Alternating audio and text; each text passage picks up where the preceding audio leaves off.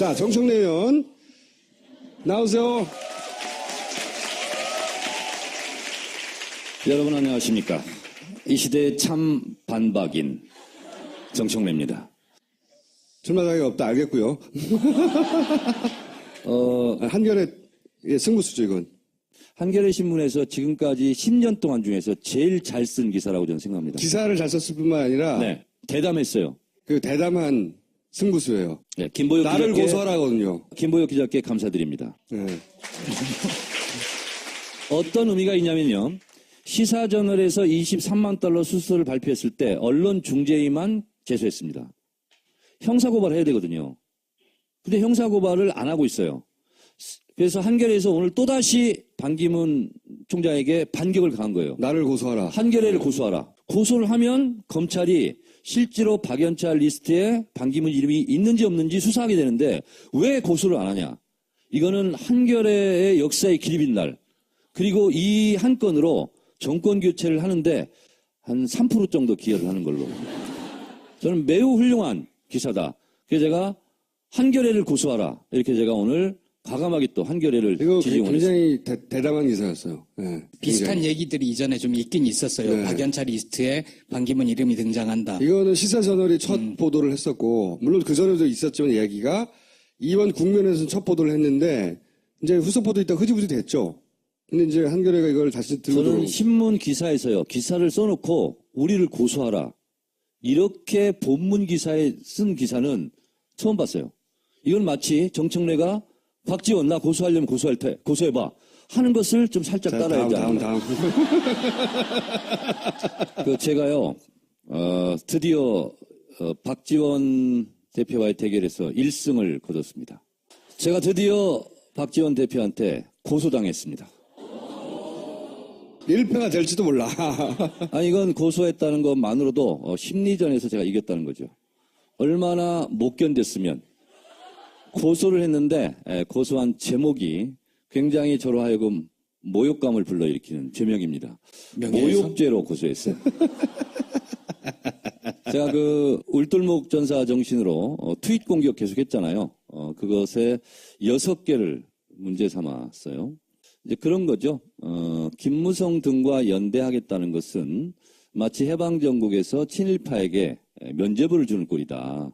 그래서 제3지대 제2의 3당 야합은 그것은 정권 연장이다. 정권 교체가 아니다. 그런 내용들이에요. 근데 본인은 모욕감을 느꼈다고 대규모 민변 변호사를 중심으로 변호인단을 꾸리기로 했습니다. 민변은 모르고 있어요. 그래서 제가 오늘 오기 전에 유성 간첩 사건 있잖아요. 그 무죄로 이끌었던 그 무패 신화의 김용민 변호사를 제가 전화로 구두로 대표 변호사로 임명한다. 내가 들은 이야기는 좀 다른데. 귀찮아 죽겠다고 올라왔는데. 그래서 박지원 대표는 이미 보냈어요. 본인이 얼마나 속으로 속상했으면 전당대회 기간 중에 이걸 고소한 겁니다. 당의 이름으로. 그래서 박지원 씨는 일단 보냈기 때문에 새롭게 마크맨을 제가 맡았는데 그게 반기문입니다. 아니, 재밌는 거 또 하나 나왔네. 이건 이제 오늘 최신 버전인데요. 아까 김청수 한 거에 국회에 대한 빠진. 경례를 하면서. 아니 국회에 대한 경례를 하니까 어떻게 목례도 했냐면 하네. 이렇게 했어요. 국회에 대하여 경례. 그러니까 이렇게 한 거거든. 그러니까 실제로 경례를 한 거예요. 네. 반기문 총장이 아까 김총수가요. 그 태주잔 그 얘기했잖아요. 근데 김총수도 아까 해설을 약간 잘못한 겁니다. 제가 충청도인데요. 보통 설날 명절 때 제사를 지내잖아요. 집안에서. 그때는 이걸 마십니다. 음복이라고 그러죠. 네. 근데 산소에 가서 따라 놓는 거는요. 마시는 경우 별로 없습니다. 근데 그건 집안마다 다를 수도 있죠. 근데 제가 충청도잖아요. 충청도가 한 동네. 지역마다 다르다고 했는데 우리 지역은 그렇게 한다고. 마을마다 또 다르다고 했어요. 마을마다? 아니, 그래서 저도 민석학자한테 물어봤는데, 그럴 수도 있다. 네, 보통 그럴 수도 뿌려드리는데 있다. 네. 거기까지는 좋아하는데 더 웃기는 거는 마을마다 제례가 다르다. 그래서 우리도 그런 제례에 따랐다. 이 제례잖아요. 그러면 제자가 어이 제자잖아요. 다시 제자를 썼어. 해명 자료에. 그것을 한 번 썼으면 오타라고 할 수 있잖아요. 두 번 연속 다시 제자를 쓴 거야. 거기 문재인 스파이 들어가 있는 거 아니에요? 그래서 제가 트위터로 좋다 그러면 기왕 이렇게 된 거 다시 가서 예를 갖춰라. 제례하라, 제례. 아니, 오늘은 또 광주에 가서 충무공의 도시라고. 그리고 그 턱바지 있잖아요. 네, 턱바지. 턱바지를 사진 한번 넘겨보세요. 턱바지는 환자가 해야 되잖아요. 본인이 하면 안 돼. 저 뭐냐면 오른발을 올리고 왼쪽을 구두끈을 묶는 거하고 똑같은 거야, 저게. 근데 이 사진 누가 찍었어요? 부산 지역의 카톨릭 정의구현 사제단 신부님들이 저를 초청 강연을 요청했어요. 신부님이 찍은 거예요? 그 신부님들 앞에서 이렇게 한 거예요. 보통 대선 주자 지지율 조사를 하잖아요. 근데 MBN에서 굉장히 의미 있게 차기 대선의 시대 정신은 뭐냐라고 여론조사를 했습니다. 그랬더니 반기문이 지금 헛다리 짚고 있다는 거예요. 안보가 꼴찌입니다. 8.2%. 1등은 정의. 35%로 압도적 1위입니다. 그러니까 지금 대한민국 국민들은 정의로운 대한민국을 만들어 달라고 그러는데 반기문 총장은 안보 코스프레를 하고 있어요.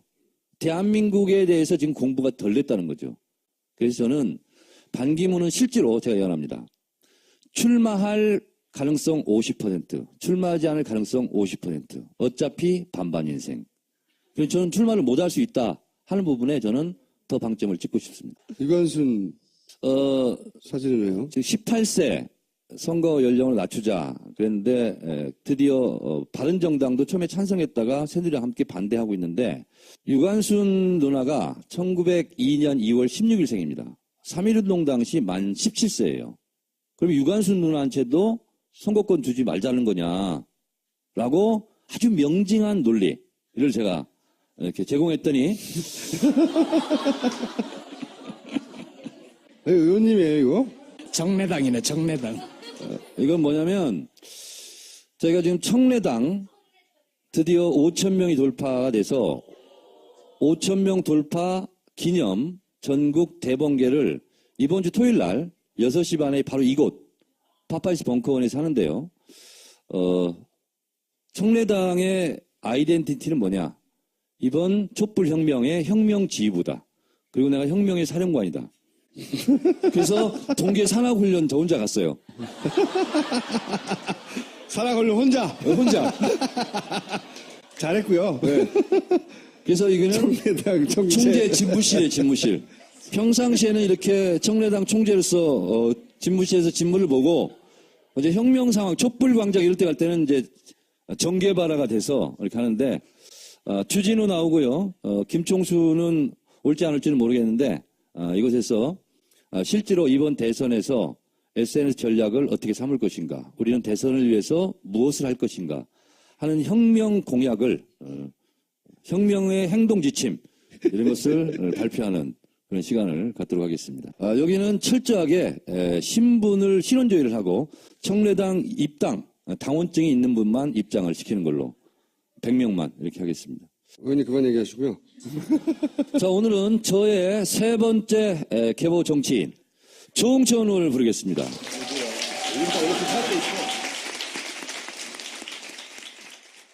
아니, 여쭤보고 싶은 게 몇 가지가 있어요. 우선 김기춘 전 비서실장을 가까이 본 사람이 많이 없잖아요. 응? 김기춘은 어떤 사람인가? 가까이서 본. 깔끔합니다. 깔끔해요? 예, 깔끔합니다. 성대모사 하시는 것. 근데 지금 안 나오네. 네. 그 양반이 검찰총장 하다가 이제 나와서 예. 한 1년 가까이 놀고 법무부 장관을 들어갔는데 예. 그분 집이 2층이에요. 예. 아침에 안방에서 넥타이 메고 가방 들고 나 다녀오리다. 그럼 안녕히 다녀오세요. 그럼 계단 딱 올라가지고 2층 방으로 올라갔습니다. 출근하는 거죠. 예. 그리고 2층에 못 오게 하고 사람들도. 그렇게. 빈틈은 안 보이고 아주 외면적으로는 퍼펙트하게 깔끔한 그런 일처리가 양반이죠. 깔끔하다. 예. 근데 속은 거시기한 그런 부입니다. 속은 거시기 하다는 거는 어떤 의미입니까? 표리부동. 어떤 의미에서 부동하죠? 말씀을 아주 거룩하게 하시는데 생각은 안 거룩해요? 좀 더 덜이하죠. 예. 덜이하다. 예. 그걸 혹시 직접 느끼신 적이 있어요? 뭐 그런- 좀, 예. 예를 들면요. 뭐 가장 비근한 얘가 나한테 알아봐라고 시켜서 문건을 만들어 줬더니 예. 거기서 문제된 사람들한테 그걸 줬어요. 그게 정윤의 문건이야. 거기서 이제 간단하게 3인방하고 요약하면. 십상시하고 다 적시를 다 했거든요. 간단하게 말하면 처음에 저 사람들이 문제니까 네가 좀 알아봐 해놓고 아니 그게 아니죠. 왜 이런 얘기가 나오냐? 예. 자기 잘린다고 네. 알아봐라. 네. 그때 얘들이 그러더라. 예. 라고 보고를 했더니 보고 했더니 그걸 걔들한테 줘버렸어. 걔들한테 줘버린 이유는 권력의 힘의 균형이 그쪽에 있기 때문에 그랬던 거예요? 아니 그 고기가 더 세니까 그런 거죠. 그러니까 본인이 시킨 일을 수행한 사람을 자기가 살려고 잘라버린 거네요? 그렇죠. 근데 본인은 지금 행복하잖아요. 땡큐. 둘이 밥 먹을 기회겠어요. 진짜 큰일 날 뻔했어. 안 잘렸으면 어떡할 뻔했어. 지금 너무 행복해. 아니 뭐 특검 왔다 갔다 그리고 그렇겠지 지금. 청문회 나가고. 청문회 나와서 모릅니다. 기억이 나지 않습니다. 그거 하고 계셨겠죠 아마도. 근데 뭐 성격이 급해서 있는 대로 또 다 얘기 다 했을 거예요. 지금 와서 하는 얘기죠. 실제 그 문고리 3인방의 힘이 비서실장보다 셌다는 거네요? 그럼요. 어느 정도 차이가 났어요? 예를 들면? 김기춘 비서실장이 뭐 급한 보고거리가 있어가지고 대통령을 보려고 해도 예. 볼 수가 없어요. 비서실장도? 정우성한테 얘기를 해서 시간을 잡아줘야 되는데 그게 당일날 잡힐 때는 별로 없고 되게 그 다음날 그 다다음날 좀 그렇게 잡히더라고요. 그러니까 예를 들어 어저께 내가 무슨 보고서를 드렸어. 예. 알았어. 내가 보고 드릴게. 일단 그렇게 얘기하고. 예. 했는데 어저께 보고를 드렸는데 오늘 다시 불러. 조비서관. 요거 요래 좀 바꿔야 되겠다. 이제 속으로 이거 어제 보고 못했구나. 내가 말이야 오늘 이거 보고를 좀 하려는데 요건 요렇게 하는 게 좋겠어. 예, 빨리 바꿔와. 이제 뭐 이런 식으로 하시니까 아이고 참 이분도 급한 거를 그때그때 보고를 못 하시니까 참 모양 빠진다 싶은 생각은 제가 많이 했었죠. 그래서 예를 들어서 생각보다 빨리 됐을 때는 어떻게 반응합니까 그러면? 보고가. 갔다 왔다. 보고 드렸다. 3인방이 약속을 잡아줬어요. 주로 정호성이 하죠. 또 우리 그 주중대사 김장수 예. 안보실장 그분 같으면 나한테 막 자랑을 했어요. 뭐라고요? 아마 도저히 대면을 할 수가 없는데 예. 자기는 관저 앞에서 기다린다는 거야. 그래서 아침에 출근할 때 잠깐만요 해가지고 옆자리에 탄대. 그래서 관저 가는 거 한 5분 정도 그때 이제 막 털어가지고 복을 마치고 난 그런 식으로라도 한다라고 자랑을 했어요. 그 안에서 그러면 문고리 3인방이 그렇게 힘이 세고 그 뒤에는 최순실이 있다는 거를 아무도 말하진 않지만 대부분 알고는 있었나요? 대부분 모르고 실제로. 알 수가 없죠. 예. 그러면 이제 민정 쪽에 있다든가 이런 사람들만 어렴풋이 존재를 감지하는 그러니까 1, 2 부속실 부속실은 당연히 알게 하고. 예. 알고 그다음에 연설기록비서관실은 조금 알 거예요. 그렇겠죠. 예. 그러고는 민정 중에서 우리 방의 일부. 왜냐하면 청와대 내부는 우리가 있으니까. 비서실장은요? 모릅니다. 김기춘 비서실장이 최순실 씨를 몰랐다고 하는 정황에 대해서 절대 그럴 리가 없다라고 할 만한 뭐 근거 있는 정황이 있습니까? 혹시? 저도 그 안에 있을 때 그 존재를 뭐 어렴풋이나 혹은 뭐 가면서 점점 더 선명하게 알았는데 그분이 그걸 몰랐을 리가 없죠. 하긴. 예. 그게 최태민 시절부터 알았다는 얘기까지 나오고 있으니까요. 요즘 보면 거슬러 올라가서. 모릅니다. 2002년인가 3년인가 박 대통령 권한 정직께서 그 독일을 갈 때 그때 김기춘, 이정현 등이 그때 수행을 해가지고 갔다고 그러죠. 거기까지 팩트고. 예. 그리고 그때 최순실하고 예. 정윤회도 같이 갔다. 독일에 같이 갔다고 하죠. 예, 뭐 네. 그런 얘기도 있어요. 그 전에는 알았냐 몰랐냐. 글쎄 중정에 있었기 때문에 네. 김재규가 그거 가지고 뭐 난리를 쳤지 않습니까? 저 최태민 리포터가 예, 모를 수는 없다. 그렇게 봅니다. 하긴 그러네요. 중정에 있었으니까 네. 모른다는 건 말이 안 된다고 생각이 들고 그리고 뭐 예를 들어 경호실에서 초창기에 요즘 말하는 그 보안소님 네. 그거 제동을 걸다가 막 날아가고 막 그랬거든요. 예. 그럼 뭐 나도 다 듣고 하는데 비서실장한테 보고했겠죠. 당연히. 예. 네. 그런데 이 우병우와 관련해서는 얘기가 나오는 게 별로 없잖아요. 네. 현재 특검에서조차. 네네. 우병우는 왜 아직 건들지 않고 그리고 어떻게 전망하십니까? 그리고 그 전에 어떤 사람입니까? 세 가지. 어떤 사람이고 겪어봤더니 특검은 어떻게 할 거 아니야? 질문 하나 추가합니다. 둘이 친했습니까? 아니 뭐 친할 수가 없고 네. 어떤 사람이에요? 우병우가 검사장 승진되기 위해서 검증이 올라왔죠 저한테. 네. 그거 제가 잘랐어요. 왜 자르셨어요 그때? 응? 왜? 선천적 4가지 결핍증이기 때문에 네 가지 사가지 결핍증이요. 예.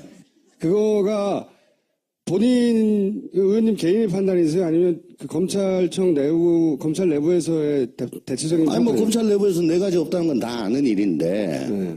그렇지만 어쨌든 그거는 뭐 기본적인 성정이 그런 거고 네. 우선 제가 제일 먼저 생각한 거는 노 대통령 죽음에 직접적으로 관련이 있는 사람인데 네. 그리고 야당 쪽에서 야권 쪽에서 네. 굉장히 좀 각계표를 걷고 있는 사람인데 또 하고 있는 사람인데 그런 자를 굳이 시켜서 정무적인 부담을 대통령이 안을 필요가 있겠느냐. 거기다가 4가지가 없다. 예. 네 가지가 얼마나 없길래 없다고 그래요? 무슨 검찰 내에서 도는 유명한 일화 같은 게 있어요? 잘 나가는 선배는 좀 그런데 그거 말고는 좀 뭐 인간 취급을 안 해요. 이게 뭡니까? 아 저렴해. 저렴해. 아니 근데 제가 의원님 그 SNS를 가끔 항상 보진 않아요. 화제갈 때 보는데 이 감각이 되게 젊어요. 굉장히 감각이 젊고 20대 정도의 인터넷 그 뭐랄까요 적응력이다. 엄청나게 게시판을 많이 보고 할 일이 없나 보다. 언어 습득력도 굉장히 빠른 것 같다. 고 커뮤니티마다 쓰는 독특한 언어들이 있거든요. 그걸 다 흡수해 자기 걸로. 아니, 그러니까 일베들이 자꾸 날 공격하니까 네. 뭔가 싶어서 들어가 보고 이제 그 말로 같이 하는 거죠. 하여튼 뭐랄까 굉장히 저렴하다. 노래도 옛날 노래는 몰라. 예. 그 감각으로 볼 때 우영우 전 민정수석이 야 이건 정말 싸가지 없는 사례였어. 그렇게 기억하시는 게 있어요? 지금 우병우가 예. 중수부에서 예. 아마 윤석열 지금 수사팀장. 수사팀장을 예. 밑에 데리고 있었어요. 기수가 우병우는 19기, 윤석열은 23기. 나이는 윤석열 학번은 팀장이- 윤석열이 네. 79, 네. 우병우가 84. 84. 그러니까 완전히 뒤집어졌죠? 그러네요. 예. 근데 한 번도 선배님이라고 한 적이 없고, 아마 윤석열은 꼬박꼬박, 뭐, 누구님, 존댓말로. 그렇게, 사석에서도 뭐, 사석이건 학교 공식, 5년 선배인데 뭐, 1절. 저 그 얘기를 들은 기억이 나요. 그러니까 학교가, 보자. 5년 선배가? 5년 선배인데, 고시는 4년 후배죠. 예. 물론 서결이 형이 뭐 시험 늦게 된 건 자랑은 아니야. 그렇지만 칼같이 고시 기수로 잘라가지고 예 그렇게 매사에 그렇다는 거죠. 예를 들면 그쵸. 누구한테 한 번도 아쉬운 소리를 해본 적이 없는 스타일. 저 사람에 대한 그 애정이나 공감하려고 하는 그런 노력이 없던 그런 사람으로 좀 뭐. 그러면 우병우 수사는 어떻게 될 거라고 전망하십니까? 특검이 성공한 수사를 하려면 예. 지금 이재용 예. 그리고 김기춘, 우병우 네. 요 3명은 필수적으로 입고를 시켜야 될 겁니다. 아니, 김기춘까지는 의지도 있고 진행도 많이 돼서 거의 그럴 것 같은데. 네네. 우병우는 뭐 수사를 한 건지 안 한 건지 말도 없고 뭘로 어떻게 잡아갈지 모르겠고 얼마나 진척되는지도 모르겠고.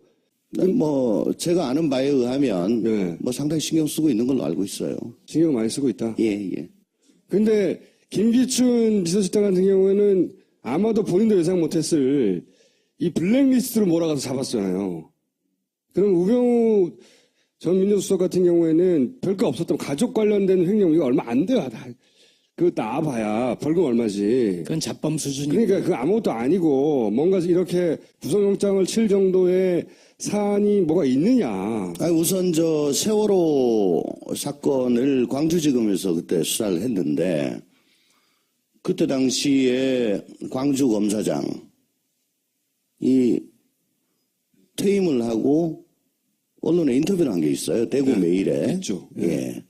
거기 보면 뭐 대충의 얘기가 나옵니다. 수사 방해를 했다. 네. 해경 압수수색 들어갈 때도 네, 방해했고. 어쨌거나 해경 책임을 묻는 건 못하겠어요. 1, 2, 3정 경정도 예. 구속수사 못하게 한다든가 뭐 이렇게. 그러니까 정부의 책임으로 연결될 수 있는 거를 방해했죠. 기본적으로. 그런 정황이 있는데 그거 가지고도 구속이 돼요? 그리고 아마 저 국정원 네.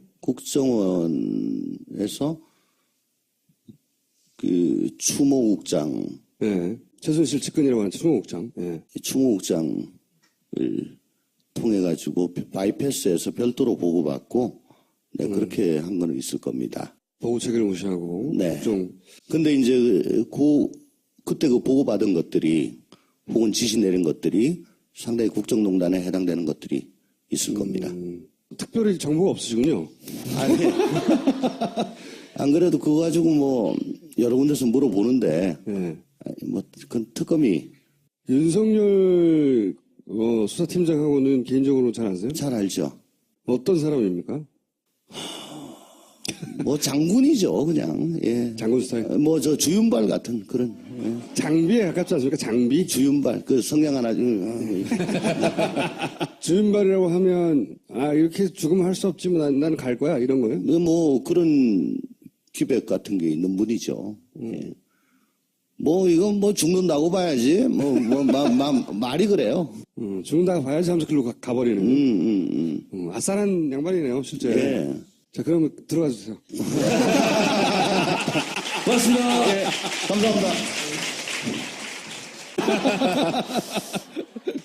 그래서 제가 오늘 오기 전에 유성 간첩 사건 있잖아요. 그 무죄로 이끌었던 그 무패 신화의 김용민 변호사를 제가 전화로 구두로 대표 변호사로 임명한다. 내가 들은 이야기는 좀 다른데. 귀찮아 죽겠다고 올라왔는데. 그래서 박지원 대표는 이미 보냈어요. 본인이 얼마나 속으로 속상했으면 전당대회 기간 중에 이걸 고소한 겁니다. 당의 이름으로. 그래서 박지원 씨는 일단 보냈기 때문에 새롭게 마크맨을 제가 맡았는데 그게 반기문입니다. 아니 재밌는 거 또 하나 왔네. 이건 이제 오늘 최신 버전인데요. 아까 김청수 한 거에 국회에 빠진. 대한 경례를 하면서 아니 국회에 대한 경례를 하니까 어떻게 목례도 했냐면 하네. 이렇게 했어요. 국회에 대하여 경례. 그러니까 이렇게 한 거거든. 그러니까 실제로 경례를 한 거예요. 네. 반기문 총장이 아까 김총수가요. 그 태주잔 그 얘기했잖아요. 근데 김총수도 아까 해설을 약간 잘못한 겁니다. 제가 충청도인데요. 보통 설날 명절 때 제사를 지내잖아요. 집안에서. 그때는 이걸 마십니다. 음복이라고 그러죠. 네. 근데 산소에 가서 따라 놓는 거는요. 마시는 경우 별로 없습니다. 근데 그건 집안마다 다를 수도 있죠. 근데 제가 충청도잖아요. 충청도가 한 동네 지역마다 다르다고 했는데 우리 지역은 그렇게 한다고. 마을마다 또 다르다고 했어요. 마을마다? 아니 그래서 저도 민석학자한테 물어봤는데 그럴 수도 있다. 네, 보통 그럴 수도 뿌려드리는데 있다. 네. 거기까지는 좋아하는데 더 웃기는 거는 마을마다 제례가 다르다. 그래서 우리도 그런 제례에 따랐다. 이 제례잖아요. 그러면 제자가 어이 제자잖아요. 다시 제자를 썼어. 해명 자료에. 그것을 한 번 썼으면 오타라고 할 수 있잖아요. 2번 연속 다시 제자를 쓴 거야. 거기 문재인 스파이 들어가 있는 거 아니에요? 그래서 제가 트위터로 좋다 그러면 기왕 이렇게 된 거 다시 가서 예를 갖춰라. 제례하라, 제례. 아니, 오늘은 또 광주에 가서 충무공의 도시라고. 그리고 그 턱바지 있잖아요. 네, 턱바지. 턱바지를 사진 한번 넘겨보세요. 턱바지는 환자가 해야 되잖아요. 본인이 하면 안 돼. 저 뭐냐면 오른발을 올리고 왼쪽을 구두끈을 묶는 거하고 똑같은 거야, 저게. 의원님, 이 사진 누가 찍었어요? 부산 지역의 카톨릭 정의구현 사제단 신부님들이 저를 초청 강연을 요청했어요. 신부님 찍은 거예요? 그 신부님들 앞에서 이렇게 한 거예요. 보통 대선 주자 지지율 조사를 하잖아요. 근데 MBN에서 굉장히 의미 있게 차기 대선의 시대 정신은 뭐냐라고 여론조사를 했습니다. 그랬더니 반기문이 지금 헛다리 짚고 있다는 거예요. 안보가 꼴찌입니다. 8.2%. 1등은 정의. 35%로 압도적 1위입니다. 그러니까 지금 대한민국 국민들은 정의로운 대한민국을 만들어달라고 그러는데 반기문 총장은 안보 코스프레를 하고 있어요. 대한민국에 대해서 지금 공부가 덜 됐다는 거죠. 그래서 저는 반기문은 실제로 제가 예언합니다. 출마할 가능성 50%, 출마하지 않을 가능성 50%. 어차피 반반 인생. 그래서 저는 출마를 못할 수 있다 하는 부분에 저는 더 방점을 찍고 싶습니다. 유관순 사진은 왜요? 지금 18세 선거 연령을 낮추자 그랬는데 드디어 바른정당도 처음에 찬성했다가 새누리랑 함께 반대하고 있는데 유관순 누나가 1902년 2월 16일생입니다. 3.1운동 당시 만 17세예요. 그럼 유관순 누나한테도 선거권 주지 말자는 거냐라고 아주 명징한 논리를 제가 이렇게 제공했더니 의원님이에요, 이거? 정례당이네, 정례당. 이건 뭐냐면 저희가 지금 청래당 드디어 5,000명이 돌파가 돼서 5,000명 돌파 기념 전국 대번개를 이번 주 토요일 날 6시 반에 바로 이곳 파파이스 벙커원에서 하는데요. 청래당의 아이덴티티는 뭐냐? 이번 국면에서는 첫 보도를 했는데 이제 후속 보도 있다가 흐지부지 됐죠. 근데 이제 한겨레가 이걸 다시 들고 저는 신문 기사에서요. 기사를 써놓고 우리를 고소하라. 이렇게 본문 기사에 쓴 기사는 처음 봤어요. 이건 마치 정청래가 박지원 나 고소하려면 고소해봐 하는 것을 좀 살짝 따라야 되지 다음. 제가요. 드디어 박지원 대표와의 대결에서 1승을 거뒀습니다. 제가 드디어 박지원 대표한테 고소당했습니다. 1패가 될지도 몰라. 이건 고소했다는 것만으로도 심리전에서 제가 이겼다는 거죠. 얼마나 못 견뎠으면 고소를 했는데 고소한 제목이 굉장히 저로 하여금 모욕감을 불러일으키는 죄명입니다. 모욕죄로 고소했어요. 제가 그 울돌목 전사 정신으로 트윗 공격 계속했잖아요. 그것에 6개를 문제 삼았어요. 이제 그런 거죠.